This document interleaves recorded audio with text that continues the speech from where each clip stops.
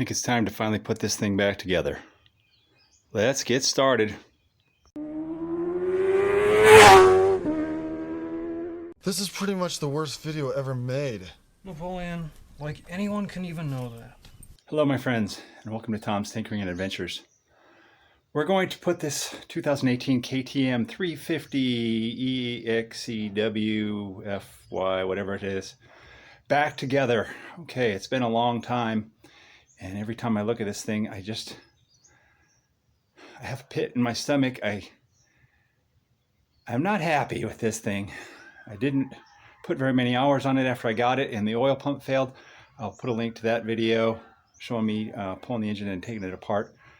But I've had everything here to put it together for a while, and like I said, every time I look at it, I don't want to do it. It just makes me sad. So time to Tom up and get over it. So let me show you what I've got. I sent the cylinder head off to Engine Dynamics in Petaluma, California. They installed some really awesome what am I thinking? Bearings basically in here, just like in the lower end of like a Chevy engine. And I have my metal oil pump gears here from Takomoto. I'll pull these off so I can show you the little bushings they put in here. But when I sent this thing off, I stripped it completely down. I removed the valves, springs. So in the meantime here, I have reassembled this thing and I bench shimmed it, so we should be pretty darn close to our proper valve clearance. But the first thing I'm going to do before, well actually I'll take this apart and I'll show you what they've done. But the first step I'm going to do before I put that on is I'm going to install these billet oil pump gears. Now this company Takomoto, they have a really nice video showing how to install these, so I'm not going to show that, but what I'll do is once I have this taken apart, I'll show you the old oil pump gears that are in here, so you can see what actually caused the failure. Here's the repair that they did up there at Engine Dynamics. They manufacture these bushings, bronze, brass, I don't know. They machine this out, cut in a little cut there so these won't spin. And they also polished my camshafts, both of them. And I don't know how proven this is. They've been doing this for a while.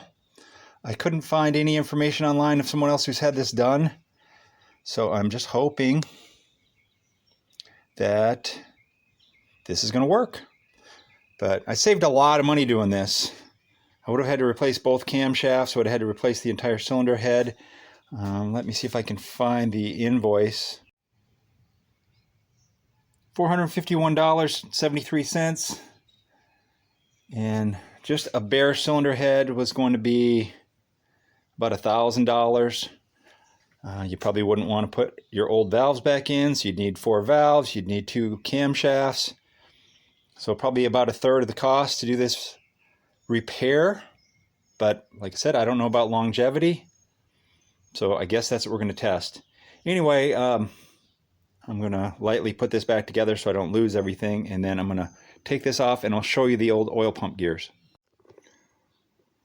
There's our offending oil pump gear, and you can see how warped it is right there. That's just terrible.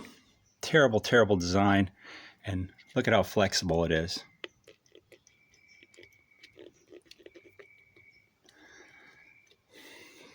If you have a 2017, 18, or 19 KTM 350 and it's running fine right now, replace this immediately.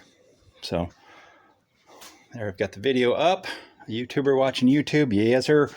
And we are going to replace that and that with all the goodies in that bag, and I'll come back and show you what it looks like.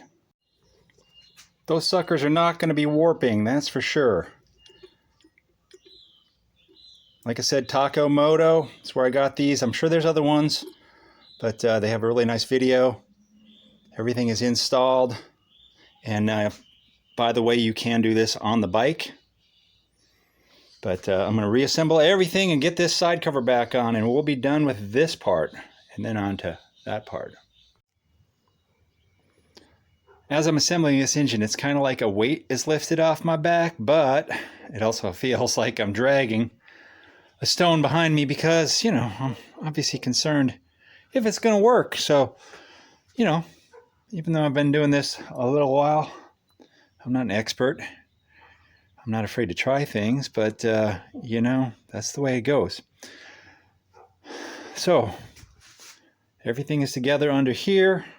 We got rid of those ugly plastic oil pump gears.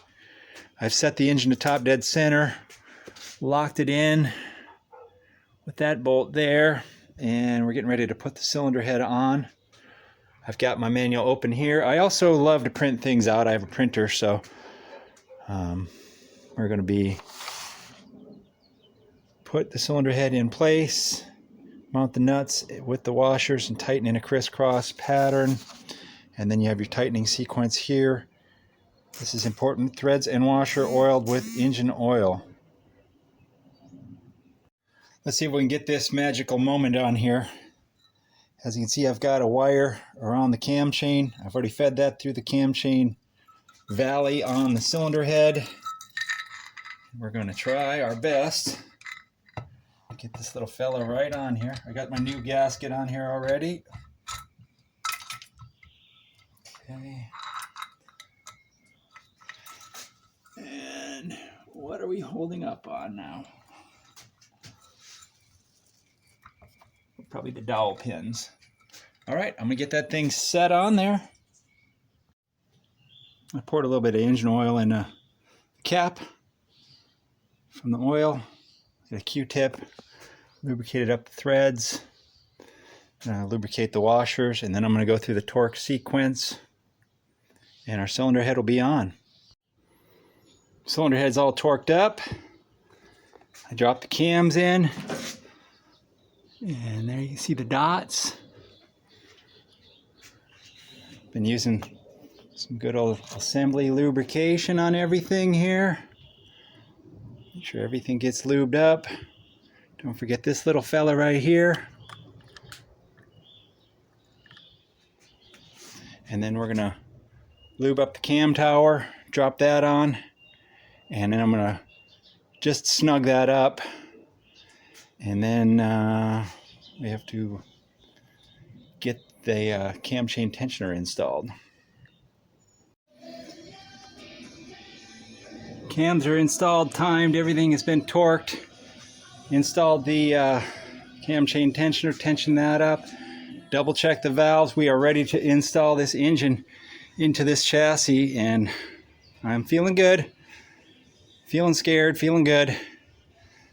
So I've removed the swing arm pivot. I lifted up the back tire, slid it back a little bit. I gotta move some of this other stuff out of the way a little bit, and I'll get her in there. I don't know if I'm gonna be able to video it or not, but I'll try. Here goes nothing.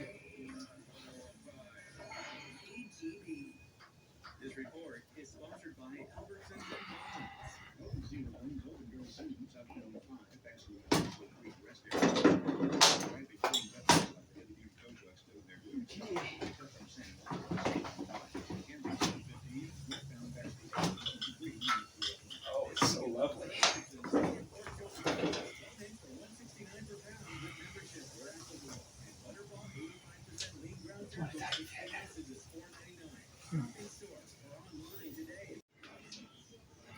Well, it's in. Not that much of a struggle once you pull this swing arm out some more, but it's still a tight fit.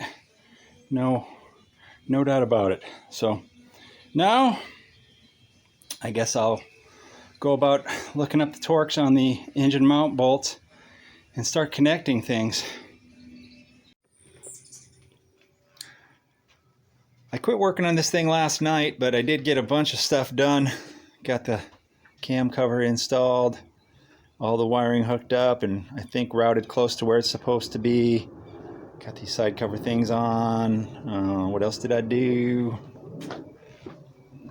Got the brake pedal installed and the front exhaust pipe installed. So I still got to do a few more things before I'm ready to do fluids. Got a engine guard that goes right here, or engine mount that goes right here. I think that is for this exhaust pipe mount. and the radiators, of course. Get the subframe tightened down, and of course exhaust pipe, the tank. And my buddy Luke came over to help me out. Yeah! Woo!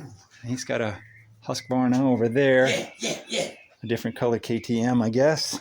But we're getting close. We're getting real close. My pile of parts is getting thin. Oh yeah, I got to put a new oil filter in. The filter looked just fine. I pulled the screen, that looked fine. So I'm not too terribly concerned about the lower end on this thing, but it's always a gamble. The right way probably to do this would have been to completely split the engine and check and change everything, but I would have had more invested than I paid for the bike, so we're just going to roll the dice. So we're going to get busy getting the radiators installed next, I think. We're getting the radiators installed. Luke is he's a learning mechanic. Yeah, just a little motorcycles. On his knees, like most of us. Motorcycles. Radiator install went good. If you're crazy enough to pull your engine out and you put it back in, one thing that we learned is don't be stupid and put the exhaust pipe on before you put this engine mount on, because it's very difficult to get that bolt installed. But we did it. And my pile of parts is getting very small. These are the only bolts I have remaining. That's for the radiator shrouds and that's for the seat. We have a complete bike. Complete bike. And this will be the first time I've turned the key on in several months. Let's see. Ooh. Okay. Oh, let's fire it up. All right, we gotta prime it up a few times. What do you got to prime it up for? We're running the fuel pump because it's been dry. I don't remember what R04 is. I think that might be the battery on this thing is low. I'm gonna have to look that up. But all right, we have put oil in the engine. We put coolant in it. Everything is installed. We even installed the fuel line. I believe we're in neutral, so we're getting pretty close to getting ready to start this thing here. I want to start it so bad. Yeah, right here from our clutch slave cylinder. I don't know if I don't have that tight or if the gasket is compromised, but I'm still happy. All right, I know things are kind of out of order here. The bike started, it ran, and then I showed you the oil leak. Leaking around this clutch slave cylinder, and I think I might have had the preload too tight. This is a Recluse clutch. Actually, yeah, now I need to adjust it some more because it's hardly any preload on it, but it doesn't matter because if it leaks again, then we're going to have to order a gasket. But the bike did start. It ran. It stopped, after about 5-10 seconds, and it restarted. Yeah. Seemed like it was running fine, but then we saw this oil down here, so Let's try again. let's try again. Oh, let's try again. Ooh, I'll hold it this Here we time. go. It's recording though, right? He's recording. I had one job. And I screwed it over up. here for the oil leak. It's all right. Looking over here for the oil leak. All right. The good news about having an oil leak there is that we know our oil pump is turning and pumping. Well, it's not pouring out. That's a good thing.